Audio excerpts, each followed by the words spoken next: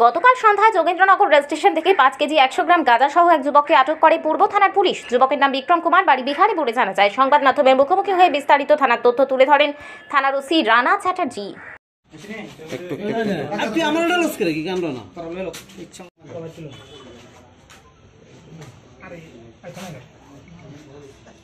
গতকালকে সন্ধ্যার সময় আমরা আমাদের পুলিশ স্টেশনের আন্ডারে যে যোগেন্দ্রনগর রেল স্টেশন আছে সেখানের পার্শ্ববর্তী অঞ্চলে আপনার একজন সন্দেহভাজন যুবক বিক্রম কুমার নামে সে ঘোরাফেরা করছিল একটি ব্যাগ নিয়ে।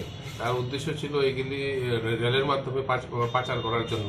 তাকে আমরা গোপন সূত্রে খবর পেয়ে আমাদের পুলিশ অফিসার সমরেশ চাকমা এবং আসিফ ইকবাল তারা দুজন মিলে তাকে ধরতে সক্ষম হয়েছে এবং তাকে তল্লাশি চালানোর পর তার কাছ থেকে আমরা 5 কেজি 100 গ্রাম গাঁজা উদ্ধার করেছি।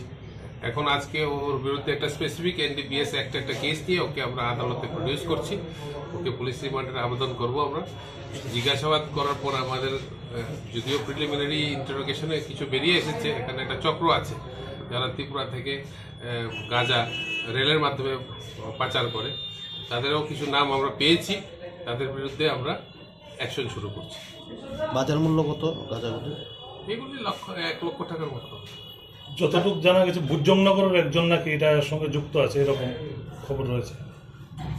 এটা তদন্ত করে দেখা হবে।